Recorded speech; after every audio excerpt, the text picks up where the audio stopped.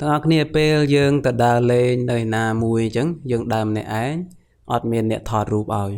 អញ្ចឹងមេរៀននេះជាមេរៀនដែលសុំឲ្យគេថតរូបឲ្យបាទហ្នឹងហើយ Could you take photos for me please បាទតើអ្នកអាចជួយថតរូបឲ្យខ្ញុំបន្តិចបានទេបាទអញ្ចឹងមេរៀននេះមិនជាវែងទេការសន្ទនាខ្លីដែរប៉ុន្តែទាំងអស់គ្នានឹងរៀនបានច្រើនបាទអូខេតោះយើងមើលការសន្ទនាទាំងមូលហើយខ្ញុំអានទាំងអស់សិនបន្ទាប់មកខ្ញុំបំបែកវាមួយហើយបកប្រែជូនទាំងអស់គ្នាហើយបញ្យល់មួយបាទអូខេ persons បានន័យថាអ្នកដែលសុំគេថតឲ្យណាបាទហើយ stranger ជាមនុស្សដែលយើងអត់ដែលស្គាល់សោះបាទហ្នឹងហើយអញ្ចឹងខ្ញុំសរសេរអ្នកដែលសុំឲ្យគេថតឲ្យហ្នឹងក្នុងអក្សរពណ៌នេះពណ៌សហើយអ្នកដែលជួយថតឲ្យគេហ្នឹងគឺក្នុងអក្សរពណ៌លឿងបាទតោះយើងអានទាំងអស់គ្នាអាចថាតាមខ្ញុំបាន Hi excuse me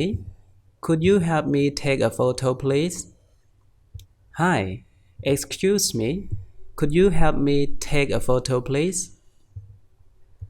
Hi of course I am happy to help Hi of course I am happy to help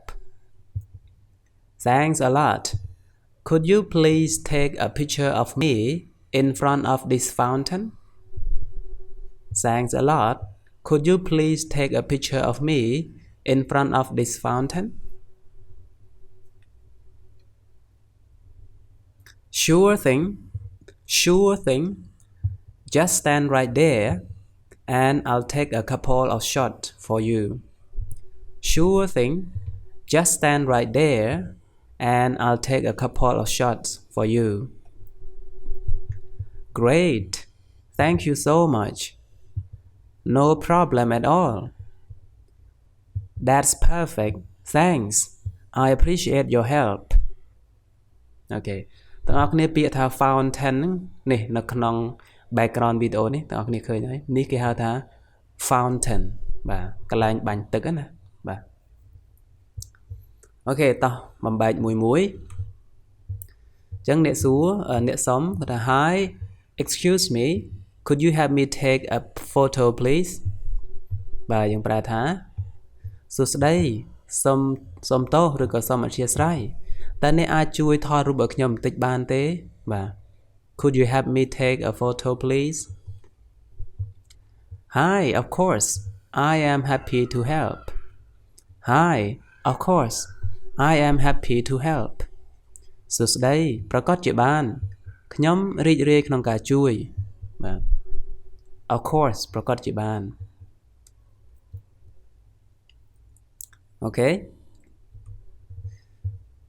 Thanks a lot Could you please take a picture of me in front of this fountain Thanks a lot Could you please take a picture of me in front of this fountainចឹងយើងប្រែថាអរគុណច្រើន Thanks a lot អរគុណច្រើននេះវាស្មើនឹង Thank you very much ដែរបាទអរគុណច្រើន Could you please take a picture of me in front of this fountain តើអ្នកអាចថតរូបខ្ញុំនៅមុខប្រភពទឹកនេះបានទេបាទ fountain ហ្នឹងប្រភពទឹកកន្លែងបាញ់ទឹកបាទ Sure thing ឥឡូវ sure thing ហ្នឹងយើងស្មើនឹង sure បាទចឹង thing នេះយើងដាក់មកប៉ុន្តែអត់មានន័យទេបាទ Sure ប្រកាសជាបានបាទ Sure thing Just stand right there and I'll take a couple of shots for you Yeah just stand right there ទៅឈរទីនោះទៅបាទទៅឈរទីនោះបាទ and I'll take a couple of shots for you ហើយខ្ញុំនឹងថតពី3ប៉ុសឲ្យអ្នកបាទA couple of បានន័យថា2 3បាទ shots ប៉ុសបាទ A couple of shots 2 3ប៉ុស take នឹងថតបាទ take photo បានន័យថាថតរូបហ្នឹងហើយ